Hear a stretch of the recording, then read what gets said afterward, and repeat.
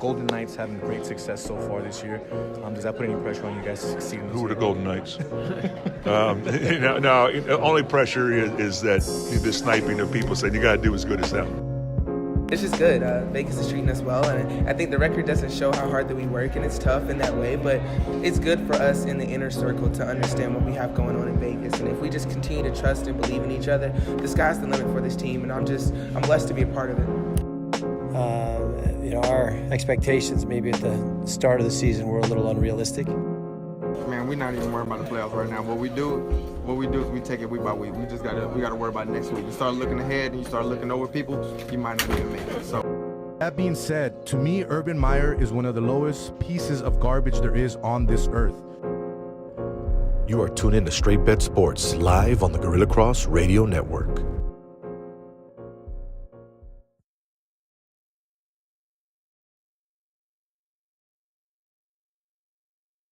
Ahí va Montiel. Foto, historia.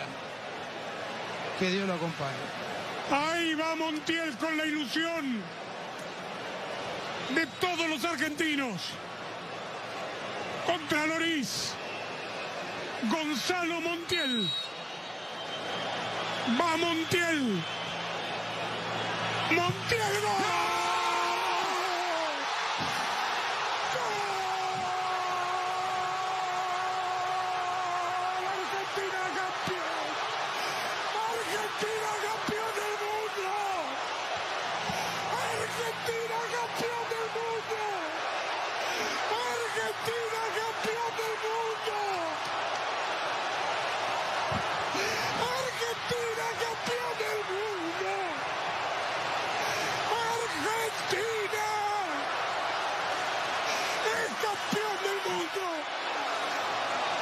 Cielo lo hizo Diego, lo hizo Cuchufo, lo hizo el Tata, lo hizo Luque, lo hicieron ustedes jugadores que se ganaron el cielo. Argentina campeón del mundo, Messi es campeón del mundo, no podía ser de otra manera sino sin sufrir.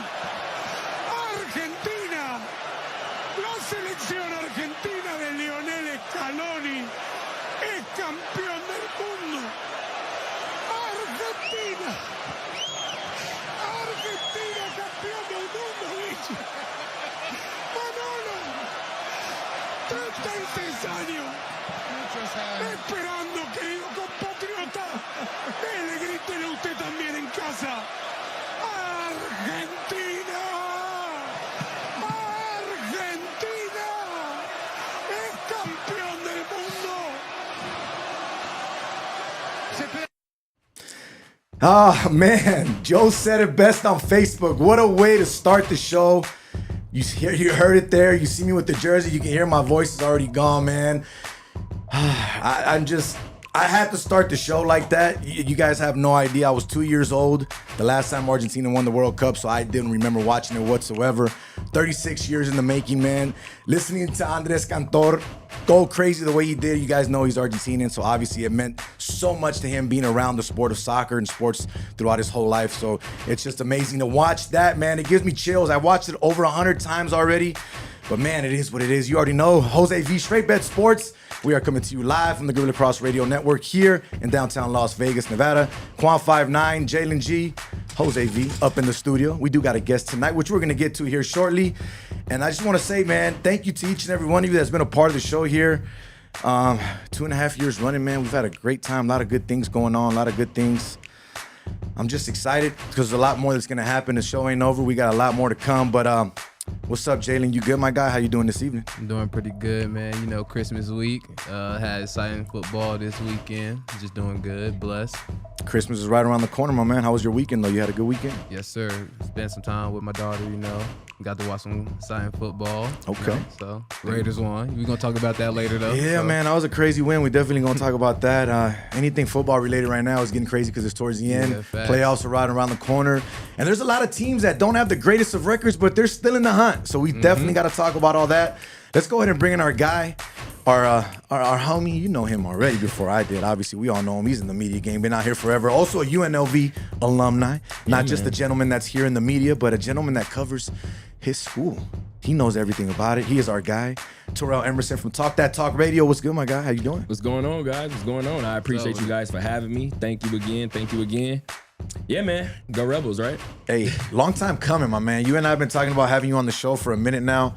I know it's not the way we wanted to make it happen, but we greatly appreciate you being here, my man. No, we got a lot to talk about, so thank you so much. But before we get into everything that's going on, man, you guys already know what it is. I tell you guys to do it every single week. Drop that comment, drop that like, drop that share. Let everyone know what it is that you are tuned into tonight, and we will go from there. Straight Bet Sports, Jose V. We are here, Gorilla Cross Radio, on all Gorilla Cross Radio platforms, YouTube, Twitter, Facebook. And if you miss any of the show, any part of the show, or any of our previous show, you want to watch it, Jose V, Straight Bet Sports on YouTube. Not only that, on all audio platforms, you can find us, Straight Bet Sports. Look it up. We are right there. But fellas, big weekend. Obviously, we know what just happened. We know what just went down. You guys saw the big video that I just put up there. Andres Cantor going crazy with the goal, the screaming, and everything that's happening. But I gotta get my World Cup stuff off my chest real quick. I'll let you guys talk about it real quick too here shortly. But couple stats, couple things that a lot of people are looking at, and it's just crazy to believe, right? We have a guy in Lionel Scaloni, the head coach of Argentina. This guy played with Lionel Messi in 2006 in a World Cup, side by side, right? Young Messi, first World Cup, he's there with him. Translate, move forward all these years, right? Guy gets the managerial job with Argentina by accident. Sampaoli gets sacked. He's basically the guy there temporarily. He ends up keeping the job, right? Out of 42 matches in his career as the Argentine manager, as the head guy since he's gotten this job, he's lost one game. One game, guys. And that's the first game of the World Cup against Saudi Arabia. When they were up 1-0 and lost 2-1, when Saudi Arabia was 25-1 in game to win that game, which was amazing odds. But one loss in 42 matches, right? And then here's the resume.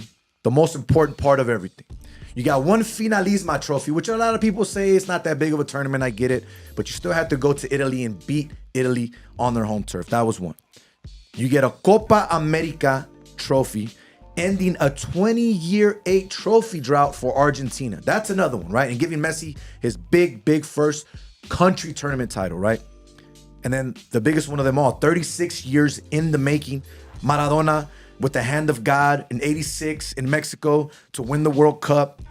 And now 36 years later, he gets it again. Messi gets his first World Cup. For everyone that wants to say that Messi is not the GOAT and Ronaldo is better, I don't care if we're talking about club statistics, okay? Because if we're talking about statistics in general, yes, I know Pelé has 3 World Cups. But are we gouging it off of championships, as a lot of people like to do in the NBA with LeBron and Jordan and other people? Or are we basing it off of what you've done overall in your career? And we're talking about stats. I think Messi's pretty much almost overtaking Pelé in almost every stat, close be it. Now, he finally has that cup that Maradona had forever that he was never able to get, and people were always criticizing him. Hell, I criticized him at one point and said that Ronaldo was better than him because Ronaldo had that Euro Cup, yet Messi didn't even have a Copa America. But that's all out the window now. In my opinion, from my time of being able to watch soccer, if you're older than me, so be it. Maybe you watched other guys. But to me, at the end all be all, the way it is now, Messi is going to go down as one of the all-time greats with no doubt about it. But to me, he is the GOAT because of what he's done, what he's brought for this country, for Argentina. If you guys saw the aerial views from Buenos Aires, the drones, it's insane how much that country loves and how much soccer is everything in Argentina. I got to hang out in Miami and watch this game with my 83-year-old dad. When Messi scored the third goal in the second overtime, I thought my dad was going to have a heart attack. I'm not lying to you guys. He's sitting in the corner. He gets up and goes, "Go!" and sits back down. I turn around. I'm like, "What's going on?" No, I'm fine. I'm just too excited. But to me, this is something that I'm never going to forget. It's an experience and a moment that I will cherish forever. My dad has been able to watch all 3 of Argentina's World Cup championships. That's the crazy thing about it. I technically been able to watch 2, but only one, which is the one that I remember now. But Messi, Argentina, to all the players, to everyone involved with this team. And not only that, big respect to Argentina for allowing Sergio El Kun Agüero to technically be on the roster as a coach, allowing him to get a World Cup medal. The guy would have been on this team whether or not for health issues that he had with his heart and having to step away from soccer. So the fact that the team did that is amazing. And then the final stat, why it makes it even more sweeter that a lot of people are not going to talk about, El Kun Agüero, his son is Messi's his godfather, okay? And his son, his wife, is Maradona's daughter. So that kid is Maradona's grandson. So that just shows you how everything rolls all into one. It's beautiful, man. It was a great World Cup. Final thing I will say, agree or disagree with me, it was the greatest World Cup final in the history of the World Cup, at least that I've seen. Now, I know you guys saw a little bit of it. You probably follow some of the glimpses. And like you said, even if you don't know much about soccer, Terrell, it's hard to ignore greatness and not know when it's in front of you. Yeah, for sure, man. As a matter of fact, I actually woke up early that day and I was laying in bed. And I'll be honest, I saw that the game was coming on. And I was like, okay, well, I know that the game is coming on. I know what it means. I'll probably catch the end of it, right? Yeah, didn't happen. I looked at Twitter and I seen the conversation and you talked about kind of how involved I try to be. I was like, man, there's no way I'm missing out on this conversation. So I cut it on immediately. I understand obviously what it means just in terms of the soccer fans that I've spoken to. And I'm really, really happy that you started with that clip because that was one of the things that stood out to me, just seeing the reaction of the people that it meant so much to.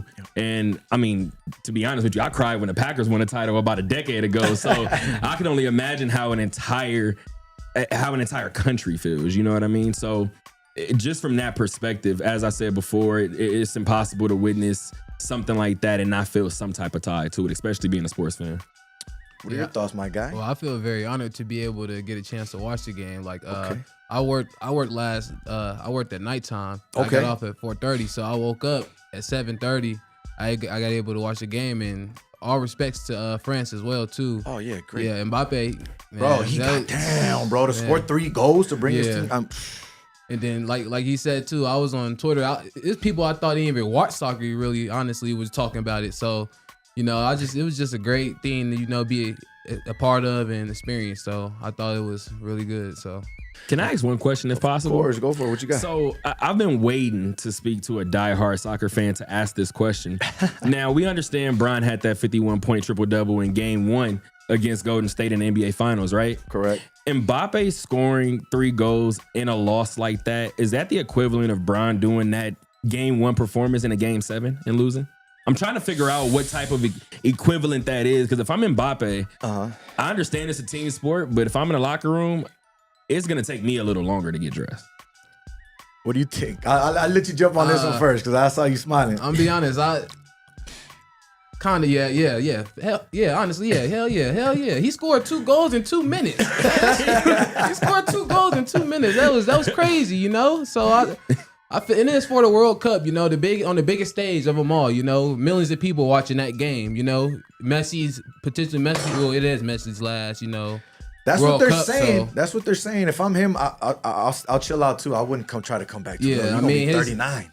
the story's finished. He done everything in the book. So, I mean, it would be hard for him to come back with all he's accomplished, in his soccer career. So Yeah, man. But once again, big ups to Messi, big ups to Argentina. You guys know that I'm excited. You guys know that I'm happy, but it's done. Got to get that third star. Got to get that new jersey, man. If you guys saw the World Cup Championship jersey, it is sick. I'm so excited for it, man. I can't wait. But look, man, we got a lot more stuff aside from soccer, obviously, to talk about. We got some NFL. We got some local stuff going on here in Vegas. Obviously, we got the Lady Rebels tonight. We got the Men Rebels tomorrow. UNLV football is over, but we got some signings, right? We got some kids that are coming in. We got the coaches, obviously.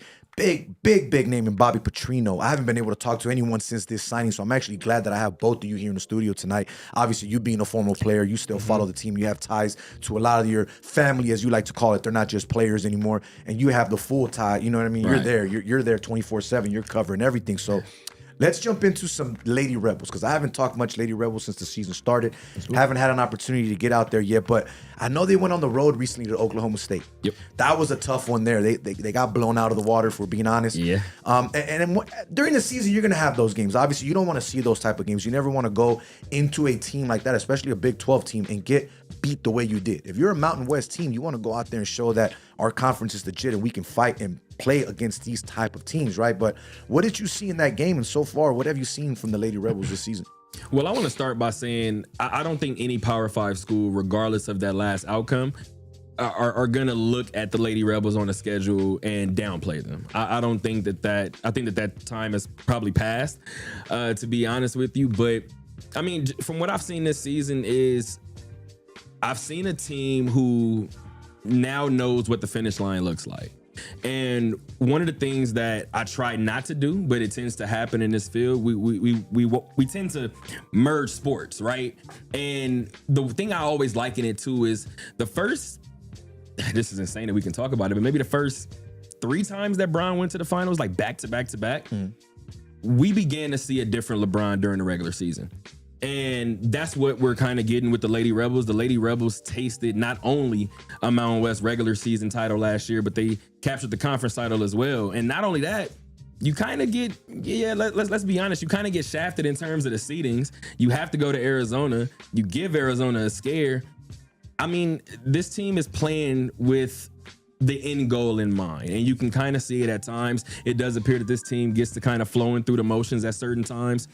I mean, their 80% is better than a lot of teams' 100%, so that's why they're able to get away with it. But going back to the Oklahoma State game, plain and simple, you can't win if you don't score. There's no way around it. And to be honest with you, whenever I watch this team, it can be somebody it can be somebody different any given night, right? And the thing about that is you would expect at some point for one person to be on.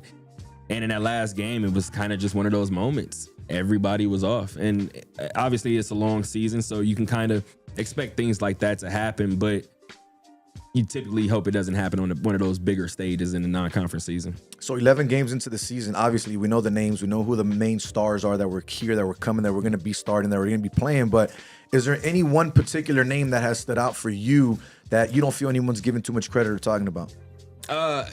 I'm gonna go with Alyssa Brown. I'm gonna go with sophomore Alyssa Brown. Alyssa isn't playing tonight, in addition to Nneka Obiazer, but Alyssa, I spoke with Roman Owen before the season, and I kind of just talked about, the idea of jumps from one year to the next. And I was like, you see people improve, and I'm sure, Jalen, you've obviously played with guys and you've watched their growth and their maturity, right? Mm-hmm. But one of the things that's so interesting about this particular group, me and Roman, I mean, I don't know if Roman has his answer yet, but we're trying to figure out who's made the biggest jump in this last year. And to be honest, the more that this season kind of progresses, it's looking like Alyssa Brown. I mean, you get somebody who kind of played sparingly throughout the regular season last year because Nneka was the 6th woman coming off of the bench. But now Nneka doesn't get that luxury anymore. Nneka has to be in the starting lineup. And now, Alyssa, you fall into where Nneka was last year. And she's filled into that role perfectly. Even with Nneka sitting out a couple of games in Hawaii, Alyssa was in the starting lineup. And I mean, I think the first time she was in the starting lineup, 18 points, 13 boards. Like I said, guys, this team is extremely young still. considering what they were able to accomplish last year. As I said before, I think the sky is the limit for this group. What's up, man? You good? Yeah, I'm pretty good. You don't watch the Lady Rebels that much. Nah, do you, yeah. It's I all don't really good. follow the Lady Rebels It's like all that. good. It's all You good. got to. My goal this season is to get you out to a game. That's my goal. And I'm telling you, going to games is not a hard. They'll get you out there. That's not hard at all. Now, if you haven't been to a Lady Rebels game, let me ask you a question. Have you been to an Aces game? Aces game? Nah, I haven't been to Aces game. So either. look, so then my recommendation, because I've been to WNBA. Obviously, we do all that. Right. But even before all that happened out here in Vegas, I did watch WNBA. But then I stopped because I hadn't gone to it. I was just watching on TV, right? So I started covering the Lady Rebels. I would recommend go to a Lady Rebel game first. Get your feet wet. Get your feet wet. Get used to watching live women basketball in person. And then go check out the Aces. You'll see the transition and the difference of the style of basketball, and you'll see how exciting the WNBA is, because WNBA still does not get enough credit. 100%. I get it. It's not for everyone. I'm not telling everyone if you don't like it, just go jump and watch it. No. But if you feel like trying something new, give it a shot and watch it out, man. Nah, But I watched a couple WNBA games before. I see how it is a little different. Like, it's more fundamental. Like, yeah, it's more fundamental for sure. yeah, it's not just about dunking and Yeah. shooting. There's so much more involved into that type of game, man. But once again, Jose V, Jalen G, our guy Terrel, Emerson up in the studio, Quan 59. You are tuning to Straight Bet Sports live on the Gorilla Cross Radio Network. Hope you guys caught that intro, man. If you guys didn't catch the intro on how we started the show, you better watch the replay after today. Trust me, we had a good one. But tonight, taking on Northern Arizona. Northern Arizona coming in at 6-6. I don't look at records anymore, especially when it comes to college basketball, because you can have teams that are literally Louisville, not too long ago, a couple week ago or a couple days ago, no wins their first game, right? You have teams that are beating ranked teams that are in the win-loss column, not looking that great, right? But is there anything about this Northern Arizona team that does scare you coming into tonight's game, or do you think that the Rebels should have a fairly easy game tonight? I feel like I have two different answers for you to that same question. Again, the Lady Rebels can't look past Northern Arizona. They played them last year in Northern Arizona. They lost by 22. So I just mentioned how great last year's team was, and you still got a 22-point loss to Northern Arizona. You've covered Lindy. Yeah. Trust me, they have been made well aware of what happened last year. Oh, yeah. And the interesting thing about this group, I don't think they really have to be reminded. So that's the reason why I'm leaning toward the Lady Rebels tonight. I don't want to give you a prediction in terms of score just yet, because I will be honest. During this 4-game road trip, this team's offense has had moments where it kind of sputters. Yeah. And the scary thing is we've watched this team last season sputter and kind of get through it. I talked to Roman. Sometimes it trickles into not only a 3 or 4 minute stretch, but it's the quarter. Gotcha. Okay, now it's the half. And now we're trying to figure out what's going on. So as long as that team can avoid those long spurts, or dry spells, I should say, I think they'll be fine tonight. My question is to you, how do you have so much time, bro? Like, you obviously can give me answers that I need, but I guarantee you if I flip the switch right now and ask you about UNLV football, you got a whole thing ready for me to and not that you have anything scripted, but I'm saying, how do you have the time to do everything? Because last time I checked, bro, you're everywhere. You're covering football, baseball, basketball, soccer. You're trying to cover anything you can. How do you got so much time, Brody? I don't look at it that way. To be honest with you, a lot of people ask me kind of how do I do it, and to be honest with you, I almost plugged my online planner, but I have an online planner where I kind of just map out the games for actually I kind of do it by season. Okay. So the moment that the Raider season starts, I put all their games in. The moment that the Aces schedule comes out, I put all their games in. So what I do, I look at the weekly. I've never told this story, by the way. There you go. I've looked at I look at it kind of weekly, bi-weekly, and once I look at it weekly, I typically send out an email to the team and let them know these are the games for the week. This is pretty much who has the games. The only thing that I think I've been kind of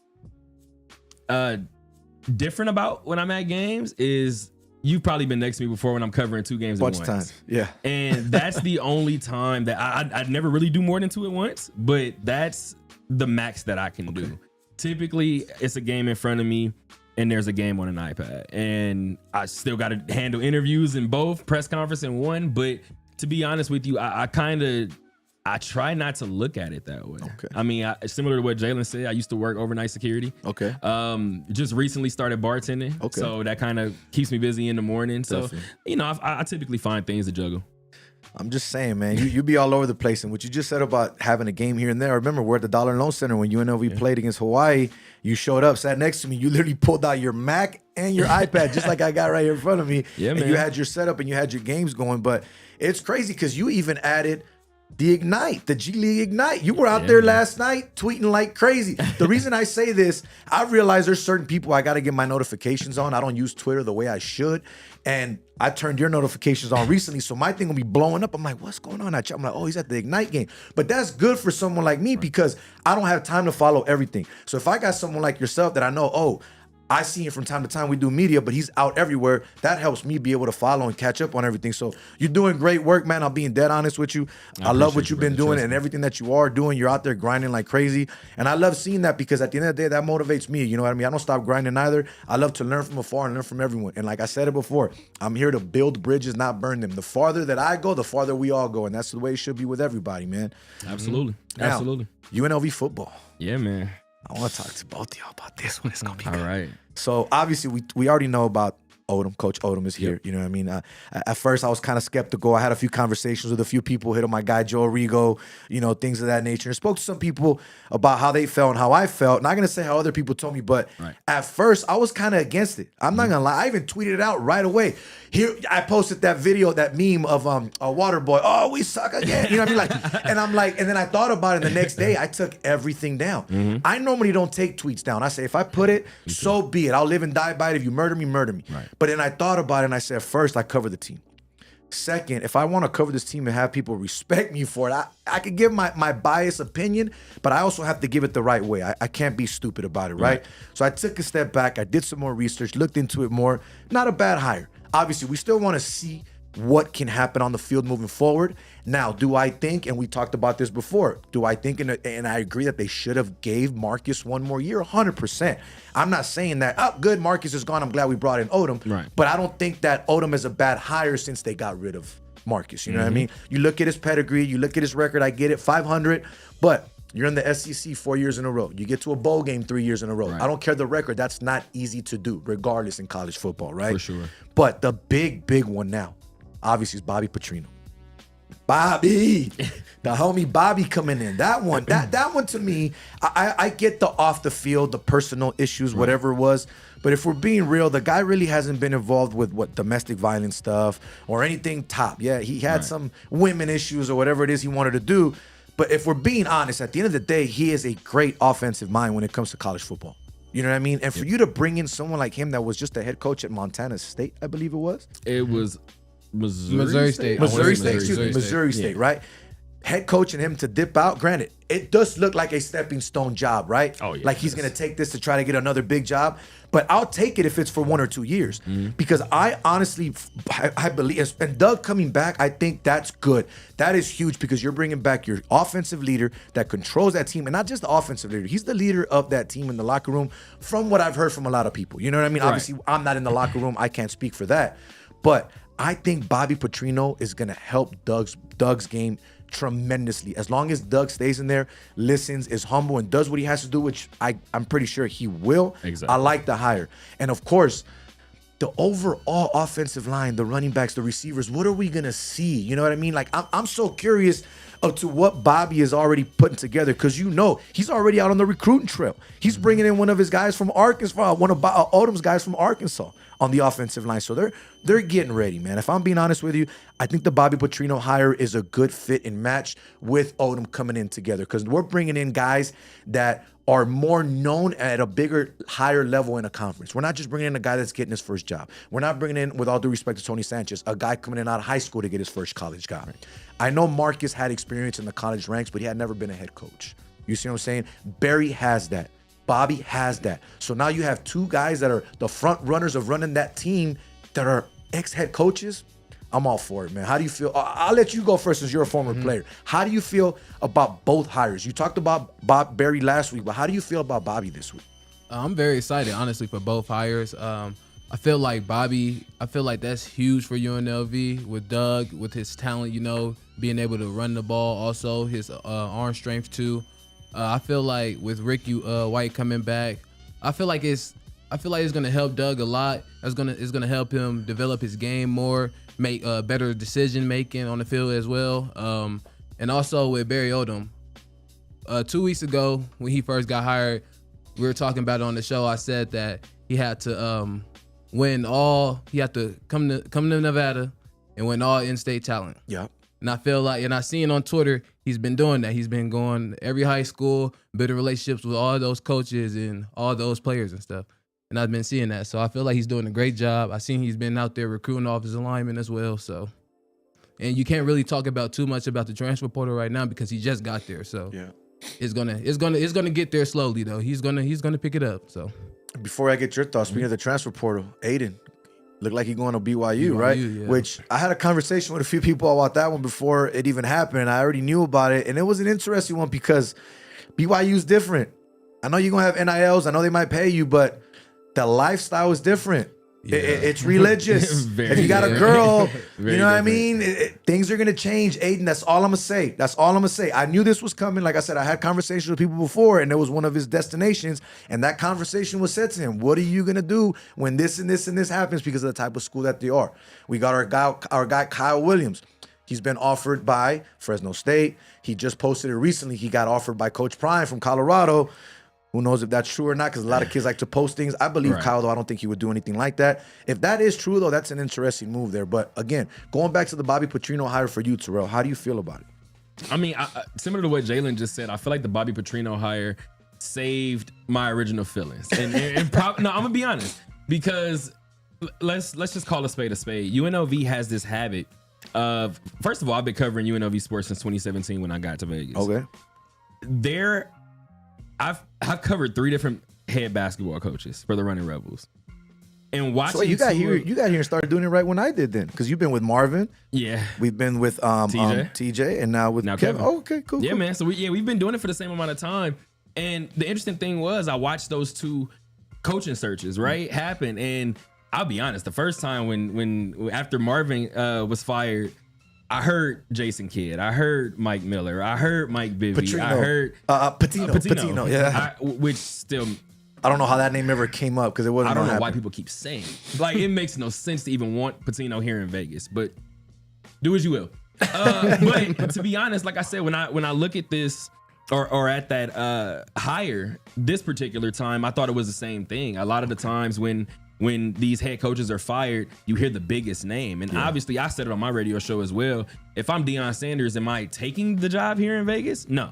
But if I'm doing my job right here in Vegas, that's absolutely a call that I make. Yeah. And I think what happens is UNLV, the fan base, and I may take some flack from this, but it's fine. But the UNLV fan base has this level and state of delusion to them. And I think what happens is a lot of times people say these names that are unrealistic. And what happens in this field when you cover things in Vegas, you hear these names. And Ed Orgeron was actually brought up, and that had steam for maybe 2 days. And somebody within the college football world who had access to him was like, I just got off the phone with him. Not only does he have no interest in the job, they haven't called him.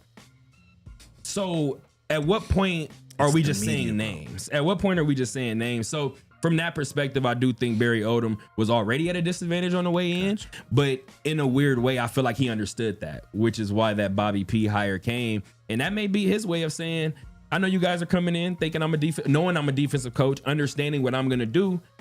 Cool. Let me give you guys something to chew on in terms of the offense. And I think it was a great hire, similar to everything that you just said about Doug, and going back to what you said about his level of his level of humility rather. He has it. He wouldn't be here if he didn't have it. So I'm expecting big things from him. If somebody could teach him how to not to take hits, that's about it. Yeah. Doug's a tough guy. Slide. My boy got a tough guy. You got to bring in some baseball players, teach them how to slide a little bit. For sure. But Doug's a tough player. And I think, again, I think that level and state of delusion that I was speaking about with UNLV fans, Tony Sanchez said it on the way out the door. I hope you guys give the next guy time. I don't know if they gave him time or not, but now it's kind of the same thing with Barry Odom. I hope this fan base gives this man time. Safe to say that Bobby's going to have full reins of the offense, you think? I would say so. Right? I would say so. Why not? The guy's the next head coach, and you're bringing him in for a reason. That's what I would think. And here's the thing, man, that I will say to UNLV, all right? And I did say this on Twitter, and I said this respectfully, and people that cover the team actually liked it, and no issue. But what I said is that basically UNLV showed some backbone and finally grew some you know what I mean, by this hire. Not by the Odom hire, but by the Petrino hire. The fact that you were going to get a lot of negative criticism from it, but you still went after it because you need to make that different splash that you have not made yet. You have the new stadium still. You have all that. You have the facilities. I'm good with it. UNLV switched it up. I like the hire. And overall, just the athletic department, what Harp is doing, bro, I love what I've seen since Harp has taken over. No disrespect to Desiree. I just felt like she just sat back and watched. As where you look at Harp, and Harp is everywhere. You know what I mean? You watch him, he's at football games, basketball games. He's everywhere. And not only is he just there for a split second, he's there handshaking, greeting people, saying hi, taking pictures. Desiree, you rarely saw that. You would see her, but it wasn't about handshakes and about pictures and about all that. And if it was quick. As where Harp, to me, he's about the people. He's about the fans. He wants everyone to enjoy and be there all together. Have you had an opportunity to look at what Desiree is doing over at Missouri? I have not, so I'm not going to take anything. Again, one of the things that I just will say, the reason why I was asking is because she just hijacked Don Sullivan, the last coach to bring a national title to UNLV, which is the volleyball coach. She just snatched her over to the SEC. Okay, I didn't know that. It's one of those, I think that was her 4th hire already. Okay. So obviously time will tell, but if you look at her track record here, she hired a bunch of winners. I don't really know how you look at it. Christy Fox is a winner. Don Sullivan is a winner. So I'm not going to take away the other programs. I'm talking about football, basketball. No disrespect to baseball, to volleyball, to soccer. Right. All those are great. I don't cover those teams like that. Right. So I don't want to speak on that if that makes sense. I'm just talking about, if we're being real, the top 2 sports that are out there that we know are going to be talked about. She did nothing for UNLV football, in my opinion. If we're come on. No, Tony, who brought in the Fertitta stuff? Let's be real. Was it Desiree or was it Tony? It's Tony. Okay, he did that. Who did everything with the stadium more than likely? Tony. Okay. When it comes to basketball, I know Marvin was not bad. Marvin was very good. His record, things that he did here. But aside from that, what did she really do? She could have found a way, which I know this isn't the greatest name to say now, but Chris Beard. She could have found a way to get him. She could have found a way to get Mick Cronin and didn't make that happen. There were realistic names, like you and I just talked about fake names that get thrown out there, but there were realistic names that she could have had here. Some of those names that I threw out were realistic as well. Okay. And I'll leave it at, at the very least one of them. At the very least one of those names, I know for a fact. Sources say. I never say. I don't believe in that. Sources say. I know there are sources and people that have credible ones, but I don't do that, so I'm not gonna throw that out there. But yeah, man, I'm excited for UNLV football this next coming up season. I'm not gonna lie to you. I'm excited to see what they got and what comes from all these hires. You know what I mean? They're spending money. They're making it seem like they're trying to show that they could be a Power 5, even though I know they're not in that type of conference. But it'd be nice to just see them have a winning record again, bro. You know what I mean? Like being 4-1 this season and then having that dip was rough. You know what I mean? There was a lot of people that are like, bro, we're gonna win these next 2 games. We're gonna be bowl eligible by midseason, this and that, and then just done. So you know what I mean? Scraping, hoping to get that 5th win at the end, and it was tough, man. But the one thing that I will give credit to is UNLV football fans. The reason being, they packed it more and more and more every game this year. Every game was not less. Every game there was more people. So I give them credit. They're filling up that lower bowl as much as possible. I know you're not going to get all of Allegiant, but if you get that whole lower bowl just full, it looks nice and it sounds nice. I mean, they were rewarded with W's this year. So I mean, there's a reason to come out in that sense. But I mean, going back to what you said about Marcus Arroyo, I definitely think that 4-1 start, as much as I may have criticized him on my radio show, I absolutely still said, with the 4-1 start, I think it's impossible not to give him a year. I think you monitor the start for next year, definitely. Correct. But I'm not necessarily sure that I would have pulled the plug. So I'm not a coach. I'm not an AD. I'm not any of that, right? But if I'm from the outside looking in, because I've looked at this over and over and over again, and it's funny you say that, 4-1, I say give him another year, right? But I kept going over and over and looking at this, and what could have possibly, scenarios, conspiracy theories, this, that, and the other. The only thing that I can think of, you have a guy in Cam Frail, which also came in last year knowing he technically wasn't going to be the guy, but had to step up and be the guy. Freshman of the year, I believe. Correct me if I'm wrong. Yep. Mountain West Freshman of the Year. Yep. You get injuries, you have to come back in again. If you're a head coach, you have to play with what you have, right? You have to coach what you have and be able to win with the players that you have. What happened with Cam?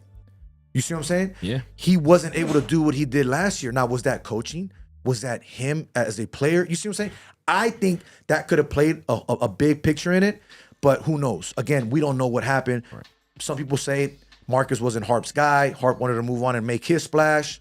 Again, I don't know. You have the smiles over here, so I'm pretty sure you know something, but you can't tell us everything. So I get it, man. Definitely, I don't want to get you in trouble at all or any hot water for sure. Nah, for sure. I mean, I think I'm pretty safe with the way that I move and certain stuff. But I mean, let's just call a spade a spade. That's what I like to live by. Yeah. We've all had regular jobs, right? So I'll tell this quick story. I used to work at the movie theater in California, right? Okay. And we got bought out. Okay. Got bought out, name change, uniform change, everything, right? It's common practice for a new general manager or somebody who holds that type of power to come in. And if I'm going to be judged on what you guys do, I'm bringing my guys in or my ladies in. That's just what's going to happen. So I'm at the movie theater. The new general manager gets hired.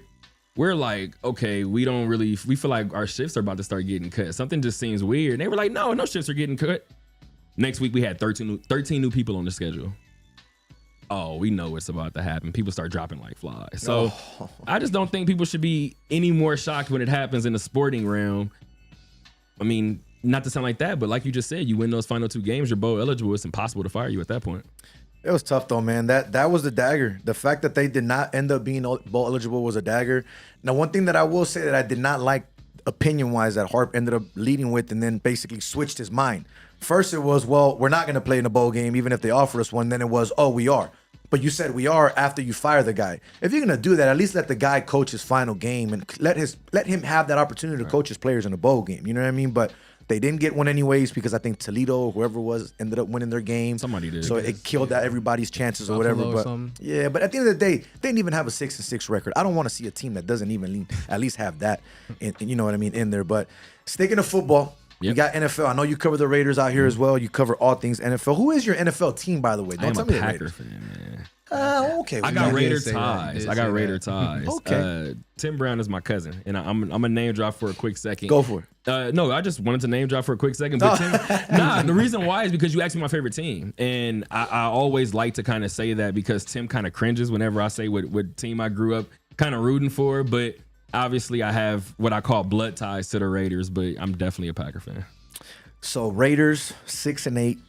Technically, they're not out of it, right? They're still in the playoff, which is insane. Last week's game was insane. If we're talking about insanity, yep. What is it? Oh, they're up 1. There was people that have money on that game, which is crazy. So if the Patriots come down and do anything, that game's over, right? Yep. It's insane. But just the way that it ended, I like that picture that they have out there that's posted everywhere. I know you guys saw it. Mac Jones getting stuffed down to the ground. I'm a Jets fan, so anytime the Patriots get beat, you know what I mean? Really? Oh, I've been a Jets fan. As sad as it is, I know, right? And the Jets, hey, you guys are looking good, baby. Keep losing. I ain't trying to get that tattoo. I don't know if you know, but I did have something, and I posted it on Twitter as well. Before the season started, I said that I was so confident the Jets would be so bad this year that if they had a winning record, which means 9-8 or higher, I would get their record and their logo and the year tatted on me. They've been sitting at that 7-win mark for a minute now, and they haven't won. I think we were 7-3 at one point. We're 7-6 now, so 7-7, so I'm looking good right now. You know I've never seen a bet like this. Well, it was just me, something that I was just telling people, there's no way we're so bad. I don't like Zach Wilson. And I still don't like Zach Wilson. But hey, I will say I would go back and delete that tweet if I were you. Nah, I'm a man of my word. I'm going to get it done regardless if it happens. But look, the Raiders, right? A lot going on this season. Everybody can speak. Everybody can talk their mouth, run their mouth. Fans say what they want. McDaniels isn't the guy. He is the guy. We got to give him time. It's only his first year, whatever it may be, right? I look at it this way, and I've said it over and over again, and I may sound like a broken record. If a guy like Rich Bisaccia was able to take this exact same team with now more better added players, you know what I mean? You got some guys on defense. You got one of the best, greatest receivers in the league on your team now, and supposedly you have a guy that is more of a head coach than Rich Bisaccia was, but you're 6-8. You're fighting for your life, and you have to win out, and you need a bunch of things to happen to make these playoffs, right? Yep. Are you happy with the hire so far? 14 games into the season? I think it's impossible to say that anybody who covers the Raiders, who's on the Raiders, who's coaching the Raiders, is happy to this degree. Yeah. Right? I think anybody would say that this season so far has been discouraging in that regard in terms of the win-loss record. But I definitely think going back to Rich Bisaccia, who's the special teams coordinator for Green Bay, by the way. Another little plug. There's a difference between, and this is what's so interesting, obviously covering the NFL, right? You understand that they talk about it all the time. These coaches need to be leaders of men. And I'm not saying that Josh McDaniels isn't, but the feel that I get, as I said before, this is my first year covering them in person, but from the conversations that I've had, it appears that they want to win for Josh McDaniels, similar to what I said earlier. They like him. This is a guy that they like. Rich Bisaccia had something about him that lit a fire under everybody. And I think you can see at certain moments Josh McDaniels does say certain things and do certain things apparently that lights a fire clearly under Josh Jacobs, clearly under certain people. But Rich Bisaccia had this come together factor that I think the Raiders somewhat are missing this year. And I'm not saying that they can't mold into that, but as you just said before, 14 games into the year, we would have thought at the very least we would have seen it by now. I would have thought at least a winning record. Yeah, man. You know what I mean? Like, I'm not saying be leader of your division or anything like that, but be in the hunt, meaning you're already one of the seeds that are numbered in there and you have a winning record. Like, there's no excuse for it, man. And now I want to ask you this question. I want to ask both of you guys this question because I've heard this from numerous people just from chatter, right? I don't agree with it. I just hear it. So I like to stick and remember things that I heard. Do you guys think or do you feel or believe in any way, shape, or form that Mark Davis maybe isn't the best owner overall when it comes to hiring head coaches? Not owner in general, but owner when it comes to hiring these head coaches. You want me to go? I'll go. Go for it. I don't think he's done a good job, honestly, in the past, just because of what has transpired in the Raiders' history. Carr, that one good year with Carr. Other than that, I feel like the Raiders has been underachieving as a franchise in general. Just going back to whether it's general manager choices and draft picks and just I just feel like the Raiders franchise just in general has just been a huge mess. So I don't think he's. Can I answer this? Yeah. He hired Becky Hammond. No, I know you're talking about a different sport, Okay. but that's what he did. He hired Becky Hammond. He's done a great job with the Aces. You're blaming coaches and players are not playing well. Oh, no, I'm not. I'm just saying. No, I'm just Okay, saying in cool. general. Like it doesn't matter who you hire. You guys, they're supposed to be really good this year. Yeah. They suck. Very underachieving season. I mean, There's no ifs, and ands, buts. Darren Waller has been to more Aces games than Raiders games. And the season's already over. stall my guy Wall out. But look, I will agree with Quan. Yes, the hire with the Aces, I agree 100%. What he's done with the Aces and what he's continuing to do, I agree with that. But just, I don't know if I agree or disagree with the whole football owner comment. You know what I mean? Has he had some slip-ups and made some things where it makes you scratch your head? Especially the Mike. I was never with the Mike Mayock hire. I thought that was the most ridiculous thing ever. But I'm not going to go as far as to say that he's not a great NFL owner when it comes to hiring head coaches because he also hasn't really been full-time owner that long. His dad passed away, 15, 20 years ago around there? Am I wrong? I've wrong the number? I feel like that might be a little more. All right, so a little high, I should say, but we'll see. But a little high. But you know what I mean? Like he hasn't been around as long as his pops was running the team and doing everything. So I still think that I don't have an opinion on that. Has he made some things that made you scratch your head 100%? But what do you think? I mean, at the end of the day, I feel like you look at the way that this team is losing, and all I can do, first of all the players can do is go out there and perform to their best ability, right? All a coach can do is put the guys in the best position to succeed. All the owner can do is put the right pieces on the chessboard. Mark Davis has done that. Okay. What you guys do with it, how you play your hand, that's not it. Now, if I have to reshuffle the deck, that's something different. It's on you to play your hand. So you think he reshuffles a deck too soon sometimes? No, I wouldn't say he does. I think what's so interesting about the Raiders is if you went outside and asked 100 random football fans, when you think of snake bitten franchise, what team comes to mind? Most of those people, I would say probably more than half would say the Raiders. Right, wrong, or indifferent. Yeah. I think they would say the Raiders. With that being in the back of my mind, I think it's almost impossible for me to look at Mark Davis and have a clear-cut view of things because the Raiders haven't had a clear-cut situation in so long. So I feel like he can only play the hand that he's dealt. And I think when you look at this season, I mean, I don't know too many people that set their team up for better success than Mark Davis. I mean, I think if I was him, somebody owes me a little something on the back end of this, because like I said, I did my part. And Quan kind of just talked about it right now. And I've shown in the WNBA, I will exalt all options. I will exhaust every single option if it means winning. What more do the Raiders want at this point?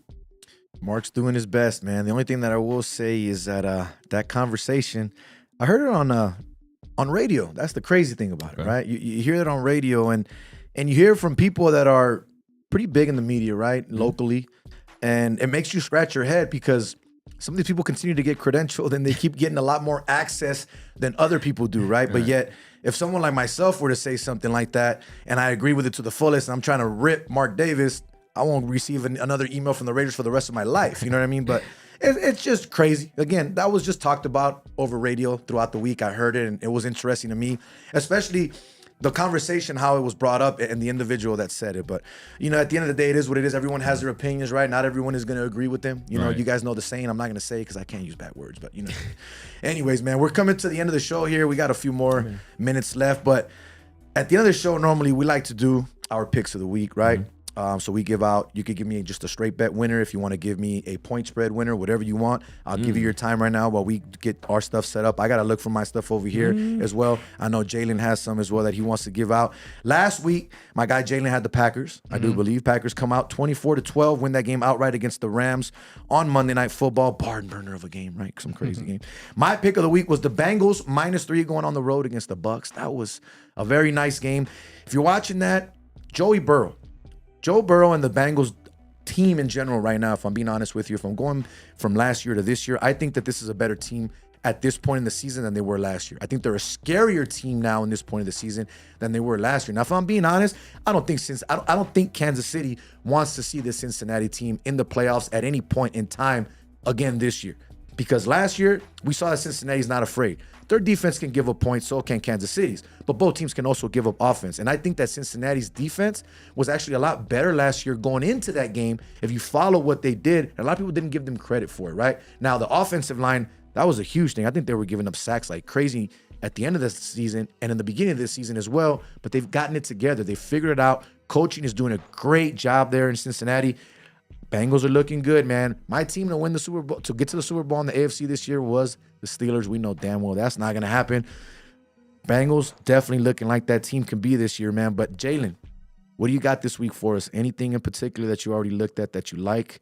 And what are you going to give us? Yeah, I like the Lions game, the Lions versus the Panthers. I like the Lions -3. The Lions are coming hot. Yeah, hot, man. Hot. Coming on at the right time, man. Dan Campbell, I like what they're doing. I feel like they got a real chance to get in the playoffs. So I like the Lions -3 against the Panthers. Not a bad one right there. Yeah, we're looking at the Lions. Actually, I'm going to give you the better line. I'm looking at the line that I will use here. We got the Lions at -2.5 going on the road at Cincinnati. Even so better. you get the hook there. If they get the field goals, you're good.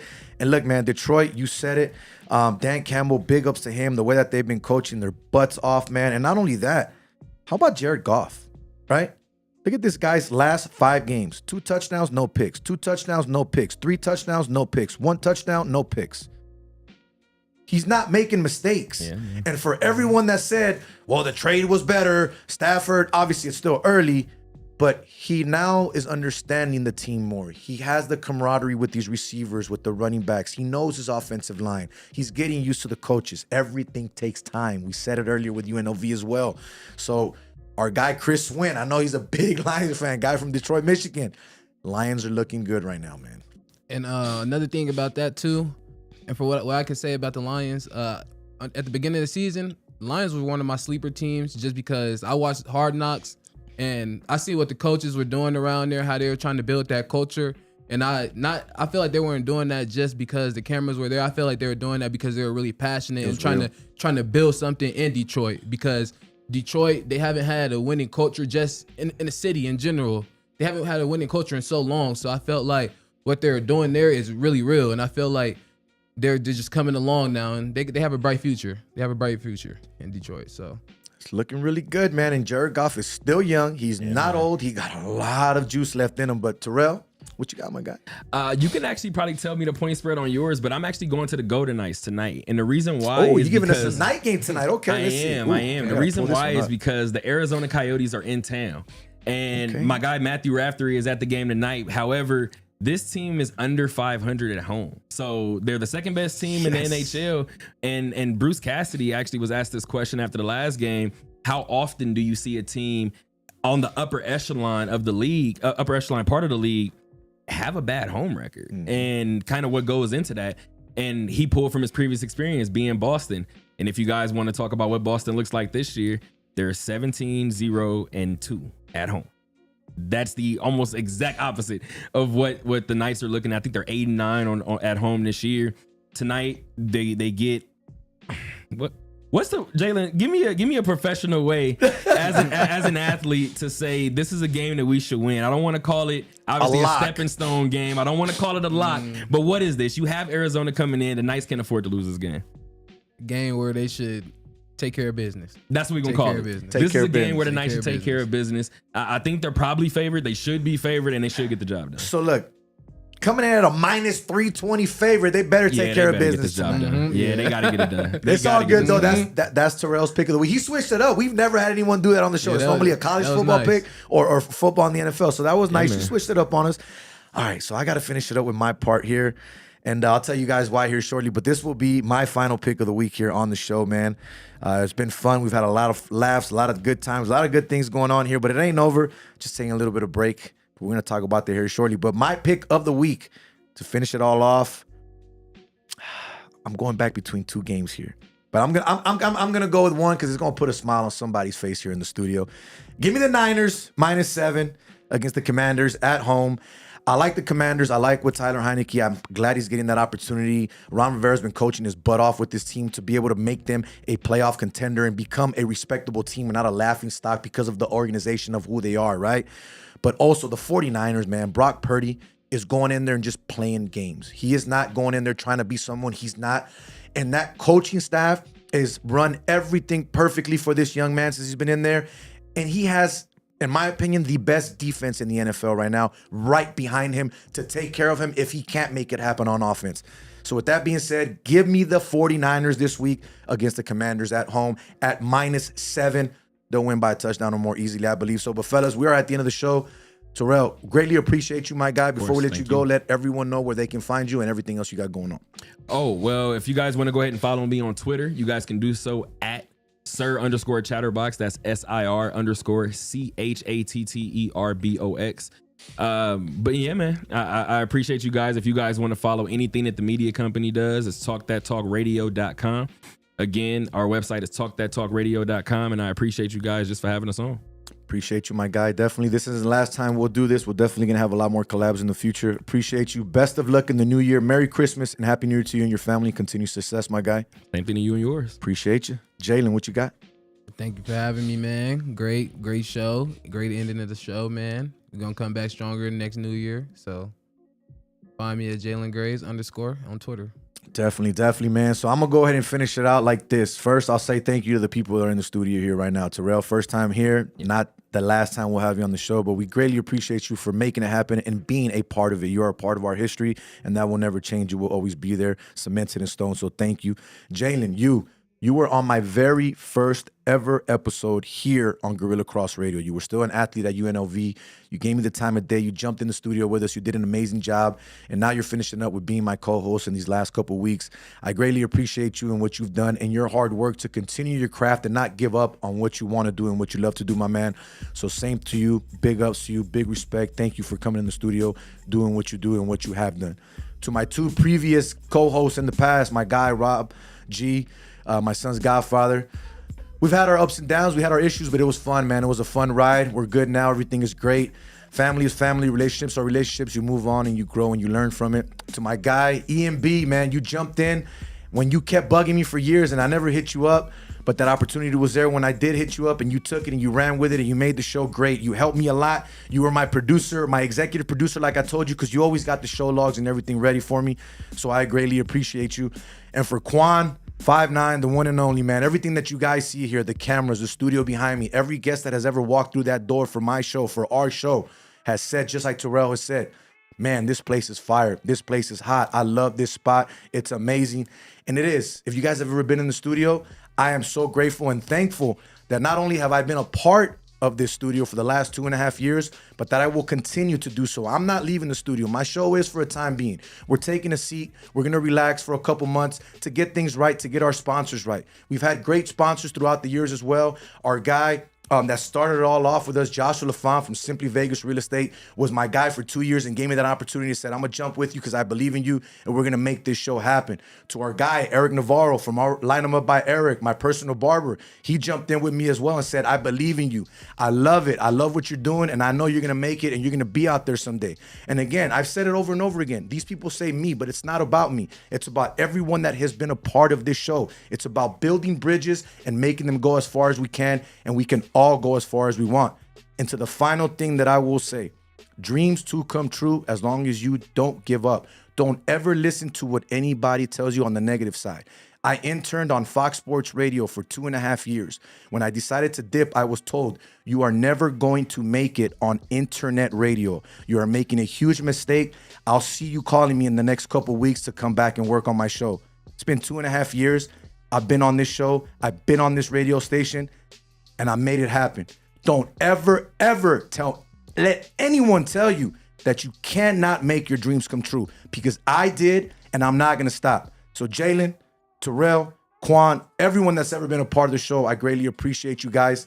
Till next time, this is not goodbye. This is our 140th episode, and it will continue. Continue to follow us and follow me on all things social media. The media side on me will continue to come out. Till next time, have a happy new year and a Merry Christmas. Stay blessed. We are out. Peace.